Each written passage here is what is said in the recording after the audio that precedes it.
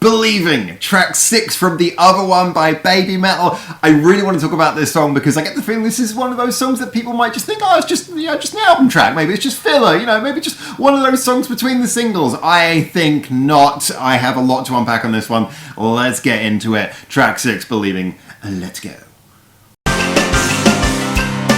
Hi everyone, welcome back to Japan, where, like I said, we're talking about Believing from the other one, track 6. Now, this is part of our track-by-track review of every song on the new album. As usual, you can find the link to that playlist in the description below. But, Believing is a really interesting song for me because I understand why this was not put front and center, why this is not treated as a single or one of the songs that was put out before the album as a promotional one. However, I think when you're listening through to the album, this is one of the songs that I always forget about it, and then every time it comes around, I'm just like, yes, Believing. I'm just so happy. Now, there's a couple of things that work in its favor, but first of all, let's talk about the structure of the song, because structurally, this is kind of interesting. Now, so often on these reviews, I do this song structure segment where I talk about, basically how the song is put together, what the basic form of it is before I start breaking down what is, good and bad, in my opinion. However, this is a rather interesting song because we can look at it on the macroscopic and the microscopic scale. Now, on a sort of more macroscopic scale, it's very much a contemporary song. It's just, intro riff, verse, chorus, bridge, chorus. But when you look at the details, that's what I really like. Yeah, okay, it's got a big chorus where it's trying to be catchy. Great. It's got a riff. We've heard riffs in 1,000,001 songs before. But what I like is the details of how they're constructed. Now, of course, when you're looking at how you can make a song, two of the most important things, really, apart from maybe harmony, is you're looking at the notes, the pitches, and you're looking at the rhythm. Now, rhythmically, immediately, I think we can all agree this song is interesting. It's not just sort of hammering a 1, 2, 3, 4 kind of rhythm.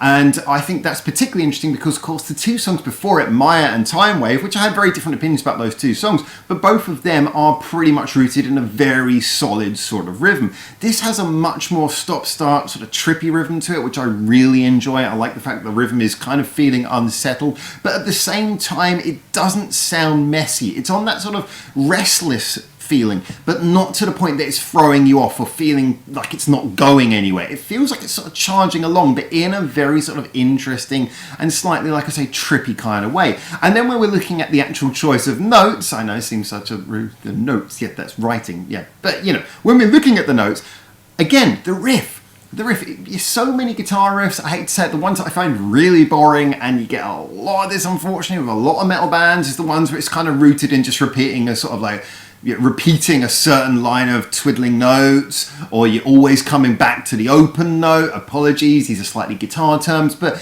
I guess the easiest way of referring to it, if you're looking at a more accessible way of describing it, is riffs where there's a lot of repeated things within each time you go around the riff, like a sort of a twiddle, a back and forth between two notes, or back and forth in between two notes, then back and forth in between another notes, where there's too much of a repetition within each repeat of the riff itself, or where you get something where there is one note that is constantly gone back to between all of the other notes. These are commonly appearing things, and I think they're done to make a riff sound more rooted, to make it sound more consistent, to give it a sort of an energy, a sort of a charging predictableness. Whereas I kind of like the fact that these riffs are just all over the place. And there's several riffs in this, but they're all over the place. And again, a lot like the rhythm, they're unpredictable, but they're not shaking you off. They're unpredictable, but rewardingly so. You're kind of following it like, oh, wow, it's going all over the place. And yet at the same time, you're like, it sounds kind of cool. It's all staying within a certain scale. It's giving you a certain feeling.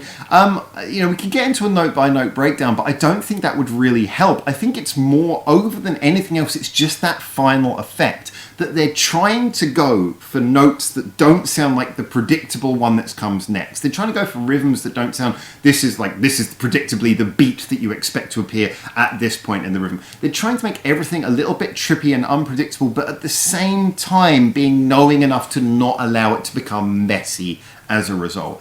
And that, to me, makes this rather simple verse, chorus, bridge, chorus song very engaging. Every single second you feel like you're really being hit by something engaging, creative, clever.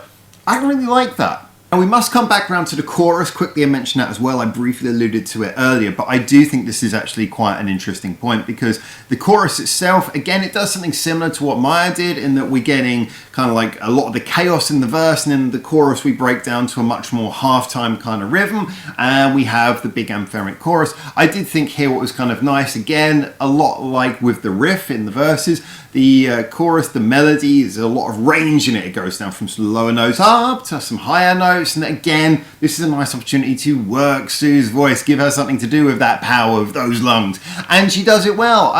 I get the feeling that this is one of those ones that she probably would really enjoy singing. But yeah, it just sounds like a chorus that is very fun to sing. And again, that comes across in a way that's good for the audience. It's not the catchiest. It's definitely not the catchiest chorus on this album. But there's some harsh competition on this album if you're trying to be the catchiest song. I would definitely say, though, it is definitely catchy enough, and moreover, as a chorus should be, it's rewarding. Every time you come round to the chorus, it feels good, and it feels like it brings together the chaos of the verses in something that is a refrain. It is a point that every time you get back around to that chorus, you're like, there we go, you know, we got through the craziness, and now we can like sort of breathe out and, you know, sing the big chorus. It's, again, everything here is achieving what you want it to do. It's having the right emotional impact and effect as it comes round. So in conclusion, as I said before, I try to keep these reviews accessible because I often think that people, they like to get very much in the weeds about technical terms. You know, I think if we have to get music and we really have to break it down on the chart, then we're kind of like losing a lot of the important things. I like these to be very much about talking about feeling these reviews and what the impact is, and talking in a universal language, which is what music is, in my opinion. So I hope I've kind of conveyed this as well, because there's a lot of technical points about this song, but I think this is a song that manages to both be very rewarding in its choruses and also very interesting and engaging in its verses through little more than just good riff and rhythm writing. And I think as well, it's nice in the sort of order of the album, because Mirror Mirror was such an engaging song, but then Maya, Time Wave, very different feelings. I really like Maya. Time Wave, I feel, is a little bit of a 5-minute filler track in a lot of ways, but Believing really sort of brings us around with something very different. It keeps the album from becoming too set in its ways at any particular point.